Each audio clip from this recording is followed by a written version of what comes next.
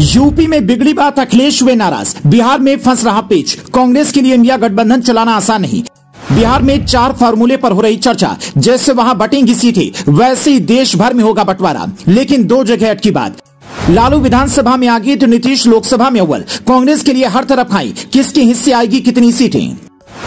PM Modi के खिलाफ जो इंडिया गठबंधन बना तो उसके आधार में बिहार था। वहां से ही गठबंधन का विचार निकला। लेकिन अब लग रहा है कि इस गठबंधन पर ग्रहण भी वहीं से लगेगा, क्योंकि यूपी में अखिलेश यादव के नाराज होने के बाद बिहार से खबरें इंडिया गठबंधन और कांग्रेस के लिए कुछ अच्छी नहीं आ रही हैं।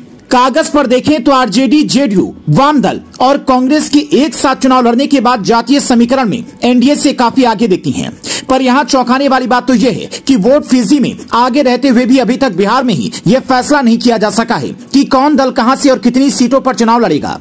दिलचस्प तो यह है कि महागठबंधन में शामिल कई दलों ने दावे जरूर ठोक दिए हैं। हालांकि बिहार में अभी 4 फार्मूले पर बात चल रही है। पहला, विधानसभा में जिसकी जितनी सीटें। कहा जा रहा है कि विवाद से बचने के लिए 2020 विधानसभा में किसके कितने विधायक हैं, उस आधार पर लोकसभा सीटें उन्हें दी जाएंगी। इस आधार पर आरजेडी सबसे बड़ी पार्टी है, इनके 79 विधायक हैं। दूसरे नंबर पर जेडीयू है, जिसके 45 विधायक हैं। तीसरे नंबर पर कांग्रेस है, जिनके 19 विधायक हैं। चौथे नंबर पर माले हैं, जिसके पास 12 विधायक हैं। इसके अलावा माकपा और भाकपा के भी 2-2 विधायक हैं। दूसरा, बिहार विधानसभा में एक फॉर्मूला यह भी हो सकता है जिसके मुताबिक आरजेडी सबसे बड़ी पार्टी है और उनका वोट प्रतिशत 23.1 है।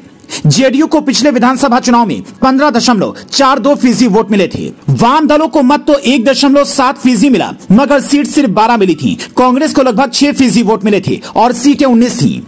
तीसरा, पिछले लोकसभा चुनाव में दलों की स्थिति। इस फॉर्मूले में जेडीयू के 16 सिटिंग सांसद हैं, कांग्रेस का 1 सिटिंग सांसद है, राजद का कोई भी सिटिंग सांसद नहीं है, पर 19 जगहों पर वो दूसरे नंबर पर रही थी। अब कांग्रेस और वाम दल के बारे में यह भी कहा जा रहा है कि उनके पास भी इस अनुपात को देखा जाएगा कि वो कितने स्थान पर दूसरे नंबर पर रहे हैं। चौथा, एक चर्चा यह भी है कि जेडीयू और आरजेडी 15-15 सीटों पर चुनाव लड़ेंगी और गठबंधन में शामिल कांग्रेस को 5, माले को 3, भाकपा को और माकपा को 1-1 लोकसभा सीट मिलेगी। लेकिन नीतीश और लालू की चुप्पी ने पेच फंसा दिया है। कांग्रेस ने तो खुलकर अपनी इच्छा जाहिर कर दी है। पार्टी प्रदेश अध्यक्ष अखिलेश सिंह ने 10 लोकसभा सीटों पर लड़ने की इच्छा जताई है। उन्होंने कहा है, कांग्रेस की उपेक्षा यही होगी कि जहां पर हमारा मजबूत जनाधार है, जहां से बड़े नेता चुनाव लड़ते हैं, वो सारी सीटें नीतीश और लालू कांग्रेस के लिए छोड़े। लेकिन लालू यादव अभी कुछ नहीं बोल रहे हैं, न ही उनकी पार्टी की तरफ से कोई बयान आया है जो कांग्रेस को परेशान कर सकता है, क्योंकि उसके लिए पहले से ही यूपी में अखिलेश यादव ने मोर्चा खोल रखा है। मध्य प्रदेश में बात बिगड़ी रही है,